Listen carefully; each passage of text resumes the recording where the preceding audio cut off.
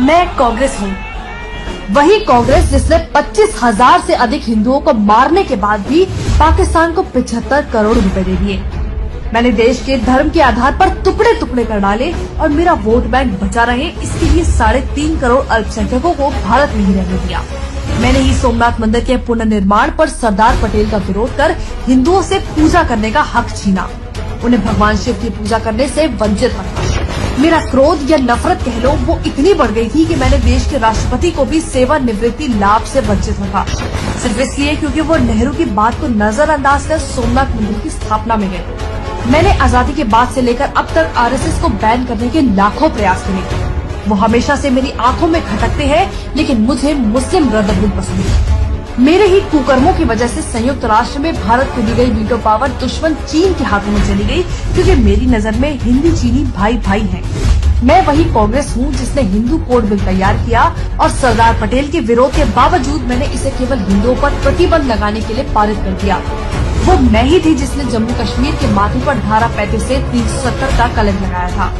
मैंने ANU में मुस्लिम शब्द रखा, लेकिन BHU में हिंदू शब्द के इस्तेमाल का विरोध किया। मैंने ही भारत की 90,000 वर्ग किलोमीटर जमीन चीन को सौंप दी और अपनी नाकामियां छुपाने के लिए कहा कि वहाँ तो घास का एक तिनका भी नहीं उगता। मैंने गायों की रक्षा के लिए आंदोलन कर रहे सैकड़ों साधुओं की गोली मारकर हत्या करवा दी। मैंने ही बांग्लादेशी को देश में घुसपैठ करके अपना वोट बैंक बनाने के लिए रोहिंग्याओं को बसाया।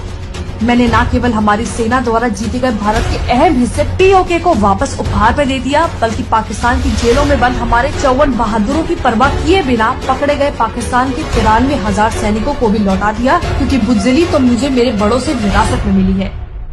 देश की सेना का अपमान करना मेरी रग रग में है, इसलिए मैंने इंदिरा के हुक्म से इनकार करने वाले सेना प्रमुख सैम मानेकशॉ, जिसने पाकिस्तान पर जीत दिलवाई, उसका वेतन 32 साल तक नहीं दिया। मैं वही हूँ जिसने मुस्लिम पर्सनल लॉ बोर्ड बनाया, क्योंकि संविधान से चलना सिर्फ बागियों पे लागू होता है, वोट बैंक पर नहीं।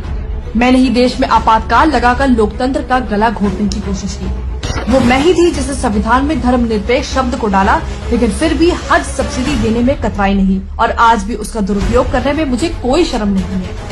वो मैं ही थी जिसने 30,000 से ज्यादा सिखों को बेरहमी से कत्लेआम करवाया और उनके गुनहगारों को बचाए रखा।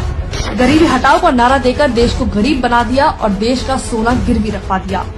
मैंने ही वक्फ एक्ट में संशोधन कर इसे इतना शक्तिशाली बना दिया कि आज आपकी जमीन कभी भी आपके ही हाथों से जा सकती है और आप कुछ कर भी नहीं पाओगे। मैंने परमाणु का विरोध किया, सेना को कमजोर रखने की मेरी मेहनत पर पानी जो फिर जाता। मैंने रिमोट कंट्रोल PM बनाया, उसकी आड़ में लाखों करोड़ों के घोटाले किए। देश में पाकिस्तानी आतंकियों ने 3 दिन तक कहर मचाया, लेकिन इल्जाम लगने से बचने के लिए मैंने RSS को अपना टारगेट बनाया और हिंदू आतंक को जन्म दिया। वो मैं ही थी जिसने देश से छुपकर चीन के साथ MOU साइन कर अपने ही देश की कमर में छुरा घोंपा था। मैंने ही कोर्ट में हलफनामा देकर कहा कि श्री राम काल्पनिक है और राम सेतु को तोड़ने की कोशिश की। मैंने वोट बैंक के लालच में हज पर 50% की सब्सिडी दी, पर अमरनाथ यात्रा पर 25,000 का टैक्स लगाकर सारा पैसा वसूल लिया। देश में महंगाई को 2 डिजिट में रखना ही मेरी खासियत थी।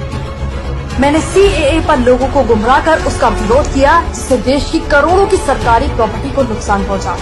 मैंने सेना को राफेल ना मिले, इसके लिए अंबानी को बदनाम किया। मुझे अपने अस्तित्व को बचाने के लिए चुनाव का ढोंग करना पड़ रहा है, क्योंकि कुछ लोगों को परिवारवाद पसंद नहीं। मैं कांग्रेस हूँ, मुझे नफरत है इस देश से, इस देश के हिंदुओं से। इसलिए मैं चाहती हूँ कि मुझे सत्ता में एक और मौका मिले, ताकि मैं हिंदुओं का इस देश से पूरी तरह विनाश कर पाऊँ।